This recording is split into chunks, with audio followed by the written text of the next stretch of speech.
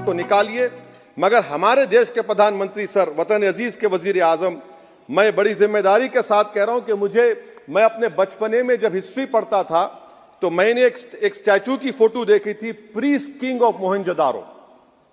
ऐसा लगता है कि वैसा ही लग रहा है कि प्रधानमंत्री नहीं है बल्कि पुजारी सम्राट बन चुके हैं वो।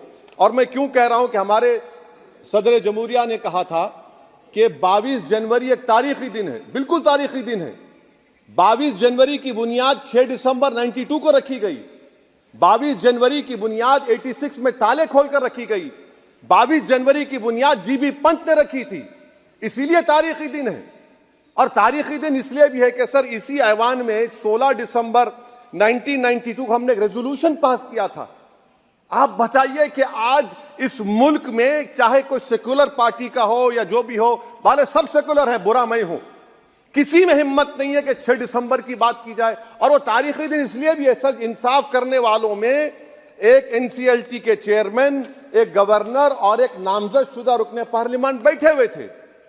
अब आप बताइए मेरे पास बचा क्या है? बचा यह है कि आर्टिकल 32 बचा है जिसको बाबा साहब अम्बेडकर ने दिया। आज मुल्क के 17 करोड़ मुसलमान भारत के वजीर आजम पर एतमाद भरोसा नहीं करते, बिल्कुल नहीं करते, बता रहा हूं, खुल के कह रहा हूं। अगर आप आर्टिकल 32 का ड्यू प्रोसेस ही खत्म कर देंगे तो फिर मेरे पास क्या बचेगा सर? क्या बचेगा? मैं तो यहां खड़े होकर वो सुप्रीम कोर्ट के मायानाज बेबाक वकील दुष्यंत दवे की तरह तो नहीं कह सकता। मुझे आज भी रूल ऑफ लॉ में भरोसा है, मुझे आज भी कानून पर, संविधान पर भरोसा है, मगर ड्यू प्रोसेस तो फॉलो होना चाहिए। ड्यू प्रोसेस फॉलो नहीं हो रहा। एक तारीखी दिन 22 जनवरी था, एक तारीखी दिन 31 जनवरी था। सर रात के अंधेरे में अपील किए बगैर आप आरे लेकर रास्ता खोल देते हैं। क्या पैगाम दे रहे हैं सर? 600 साल की मेहरौली की मस्जिद को बगैर को नोटिस दिए आपने डेमोलिश कर दिया। मैं जिम्मेदारी के साथ कह रहा हूं कि भारत के प्रधानमंत्री और उनकी सरकार भारत के मुसलमानों से उनकी शनाख्त को छीनना चाहते हैं। ख्वाजा अजमेरी के आस्थाने पर चादर बिछाइए, मगर आप जो चादर मुझसे छीनना चाह रहे हैं मेरी मस्जिद है। आप हर मस्जिद को छीनना चाहते हैं। आप बताइए 17 करोड़ मुसलमानों को क्या पैगाम दे रहे हैं आप कि आप हर मस्जिद को छीन लेंगे मुझसे?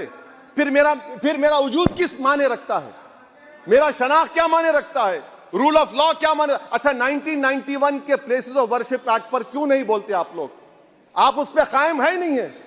आप 500 साल की बात करते। मैं आपसे कहता हूं भाई 500 साल पे मत जाइए, बौद्ध पे जाइए, जैनिज्म पे जाइए, शैविज्म पे जाइए, कहां रुकेंगे? अरे इस देश को आजादी मिली 47 में, संविधान मिला हमको बाबा साहब अम्बेडकर का, बराबरी का।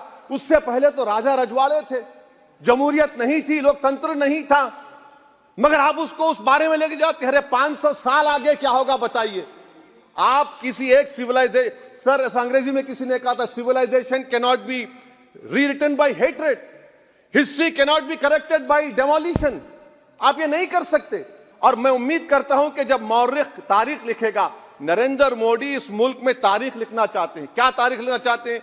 कि मैंने इस देश को, गांधी अंबेडकर के देश को मैंने हिंदू राष्ट्र बना दिया।